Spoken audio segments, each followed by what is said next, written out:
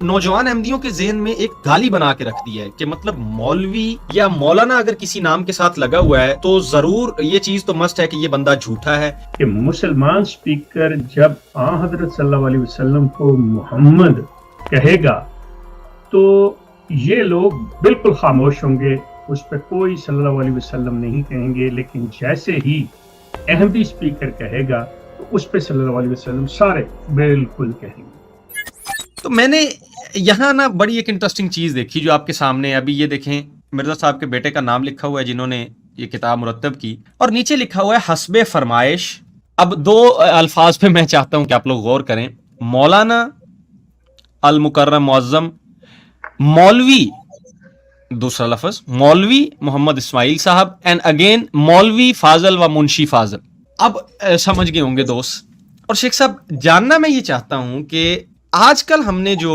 سب احمدیوں کو نہیں میں کہہ رہا، سوشل میڈیا کے چند جو لوگ ہیں، جب ان کو ہم نے دیکھا ہے تو وہ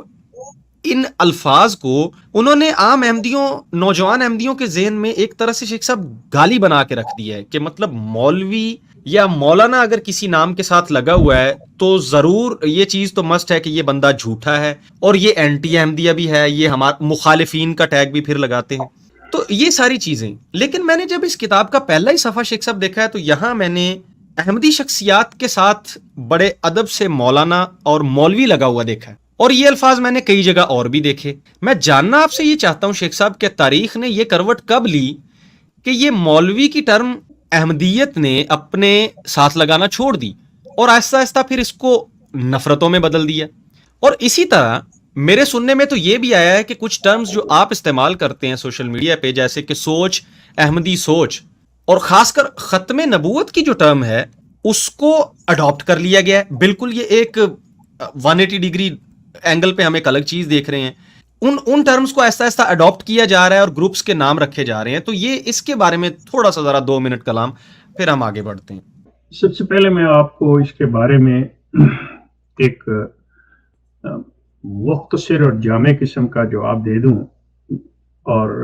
مجھے امید ہے کہ اس سے بات سمجھ آ جائے گی. وہ یہ کہ اگر آپ ان کو مطلب ایک طرف ایک احمدی ہوں، دوسری طرف مسلمان ہوں، اور وہ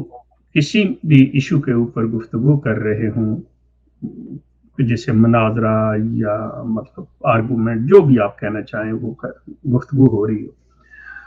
کسی ایشو پہ، تو اس میں جب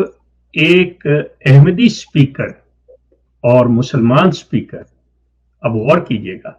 کہ مسلمان سپیکر جب حضرت صلی اللہ علیہ وسلم کو محمد کہے گا تو یہ لوگ بالکل خاموش ہوں گے، اس پہ کوئی صلی اللہ علیہ وسلم نہیں کہیں گے، لیکن جیسے ہی احمدی سپیکر کہے گا تو اس پہ صلی اللہ علیہ وسلم سارے بالکل کہیں گے. اب آپ اس پہ غور کریں کہ ان کی نفرت، ان کے اندر ان چیزوں کو تقسیم کرنا، یہ واضح طور پہ میسج دینا کہ مسلمان جو ہے وہ جس کو سمجھتا ہے کہ وہ محمد ہیں صلی اللہ علیہ وسلم، ہمارے نزدیک نہیں ہے. اگر ہیں تو یہ احتراماً وہاں پہ ان پہ لازم ہے، جو بھی ان پہ ایمان رکھتا ہے اس کے لیے لازم ہے. اس کی بالکل مثال وہی ہے کہ جس طرح قرآن میں انبیاء کے نام آئے ہیں، اور مسلمان جو ہیں وہ ہر نبی رسول کے نام کے ساتھ پیس بی اپون ہم وہ لکھتے ہیں. یہ نہیں کرتے کہ نہیں، لیکن یہ خوبی ان کے اندر، میں نے لفظ اب یہاں پہ خوبی کہا ہے، جو کہ ان کی انتہائی، مطلب اس کو آپ میں خالی چھوڑتا ہوں، مطلب ایک نفرت کا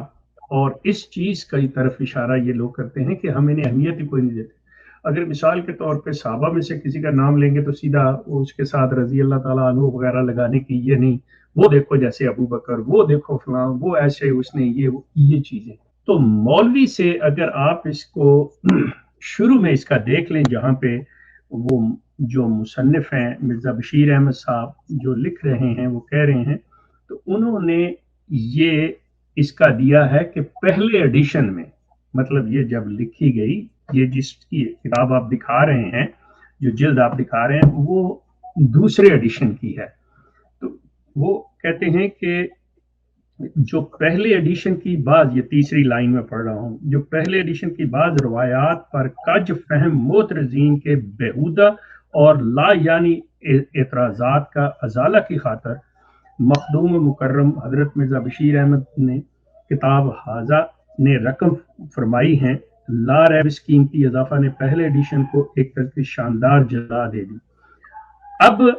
وہ کہتے ہیں، آگے چل کے کہتے ہیں کہ ہم نے اس میں سے وہ جو چیز ہے وہ کس لیے کہ جو لوگوں نے اس کے اوپر اعتراض کیا تھا، اعتراض یہ کیا تھا کہ یہ جب فرما رہے ہیں، اس کو اگر کتاب کا اگر آپ پہلا صفحہ لے لیں اس کو دیکھیں تو یہ ابتدا کرتے ہیں اس کا پہلے صفحے کہ امام بخاری علیہ الرحمہ نے حضرت عمر بن خطاب رضی اللہ تعالیٰ عنہ سے روایت کی ہے کہ آن صلی اللہ علیہ وسلم نے فرمایا کہ اعمال نیت سے ہوتے ہیں اور شخص اپنی نیت کے مطابق پھل پاتا ہے۔ خاکسار مرزا بشیر احمد ابن مرزا غلام احمد نے ارادہ کیا کہ واللہ موفق کے جمع کروں ان لوگوں کے واسطے جنہوں نے حضرت مسیح موعود کی صحبت نہیں اٹھائی اور نہ آپ کو دیکھا، آپ کے کلمات و حالات و سہانے دیگر مفید باتیں متعلق آپ کی سیرت اور خلق و عادات وغیرہ کے۔ بس شروع کرتا ہوں میں آج اس کام کو بروز بدھ بتاریخ 25 شعبان 1339 ہجری بمطابق 4 مئی 1921۔ اب یہ اس طرح سے انہوں نے جس طرح سے احادیث اکٹھی کی گئی کہ طریقہ کار کہ یہ جی فلاں نے فلاں سے سنا، فلاں نے آیا، یہاں پہ اندازہ کریں کہ یہ موصوف جو کہہ رہے ہیں کہ میں اس کو 1921 مرزا غلام احمد قادیانی 1908 میں ان کی موت واقع ہوتی ہے اور 13 سال کے بعد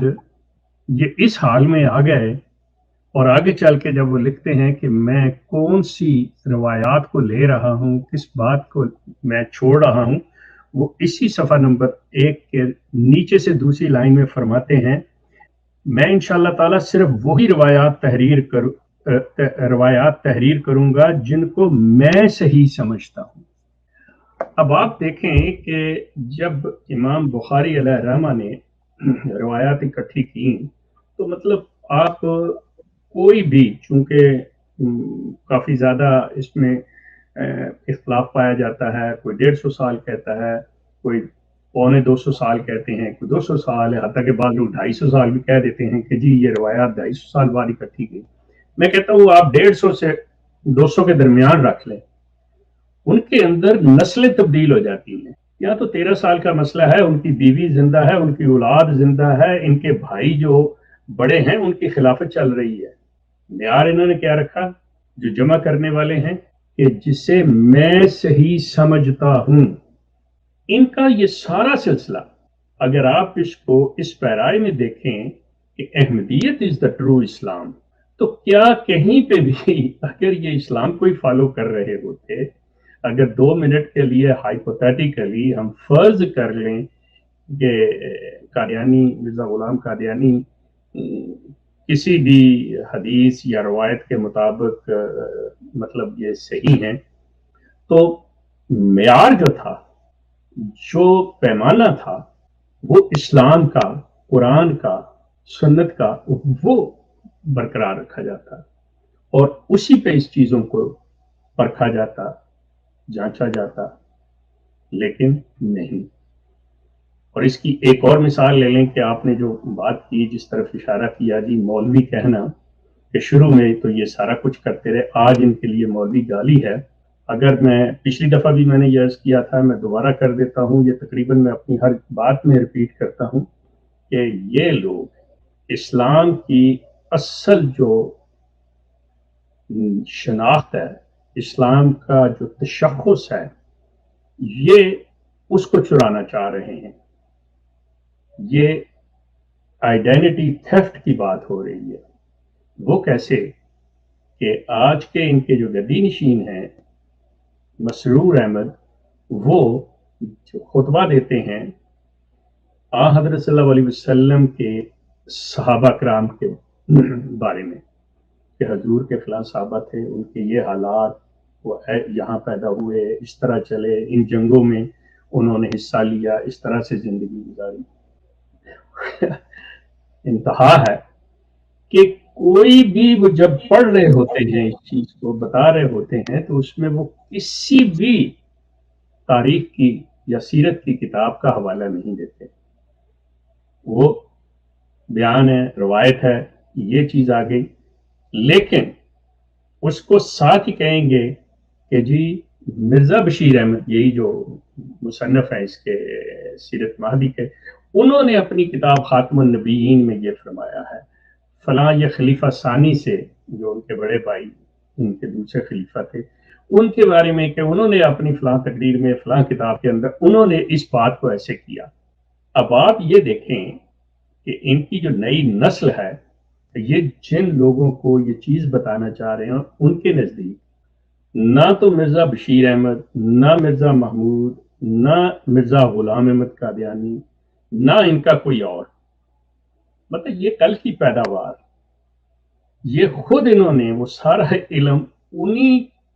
1400 سال پہلے 1300 سال پہلے کی روایات پر مبنی انہوں نے رکھا اور اس کو آج اپنا کہہ کے یہ بتا رہے ہیں. تو سوچ سکتا ہے انسان کہ کیا یہ طریقہ کار ہوتا ہے کہ آپ 1400 سال پہلے کی بات کو اب اسی سیرت پہ جب مسلمان ایک بات کرتے ہیں کہ جی مرزا غلام، جب میں نے پچھلی مرتبہ یہ بات کہی تو مجھے بہت زیادہ بعض لوگوں کے فون آئے کہ جی اس کو واضح کیجئے گا، اور ایک صاحب تو بڑی لمبی مجھ سے مطلب میسیجز اور فون کے اوپر بات لے چلے کہ جی آپ نے مرزا غلام احمد کے بارے میں یہ کہا کہ ہم مسلمان ایگزیجوریٹ کرتے ہیں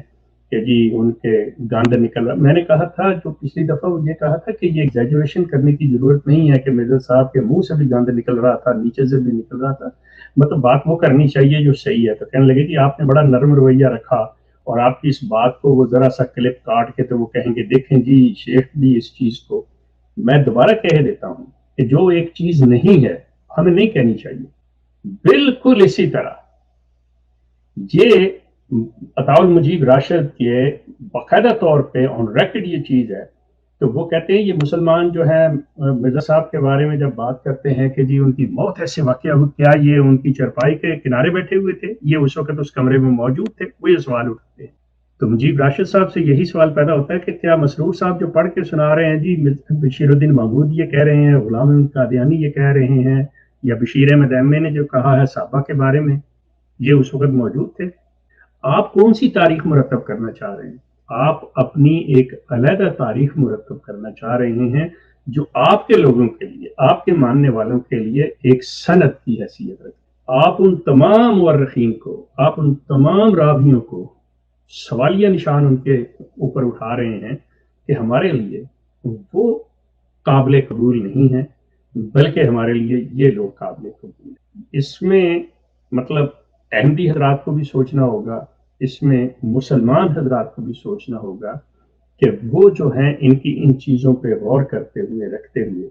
تو میرے نزدیک جو انہوں نے لکھا ہے اگر ہم انہی کے لکھے ہوئے کو لیں اور ہمارے نزدیک اس میں ایگزیجوریشن ہو کہ مبالغہ رائی ہے، تو ہم اس پہ مطلب بحث کر سکتے ہیں، اس پہ آرگو کر سکتے ہیں، جیسا کہ انہوں نے کہا جی جسے میں صحیح سمجھتا ہوں. سو ون مین شو آ گیا کہ وہ جسے چاہتا ہے، اس کے باپ کی بات ہو رہی ہے، وہ اپنے باپ کے متعلق جو بات اس کے باپ نے بیوقوفی والی بھی کی ہے، غلط بھی کی ہے، تو وہ کہے گا جی نہیں کی، میں نہیں اس کو مانتا. اور وہ کہتے ہیں اس میں انہوں نے کہا ہے کہ میں نے ان چیزوں کو لیا ہی نہیں ہے، میں نے ان کو نکال کے رکھ دیا ہے. یہاں تک وہ آ گئے. یہ طریقہ کار تو نہیں ہوتا کسی کے حالات زندگی لکھنے کو. یہ تو پھر وہ آ گئی بات کہ تاریخ لکھنی ہو گئی نا. تو جو ہسٹورین ہوتا ہے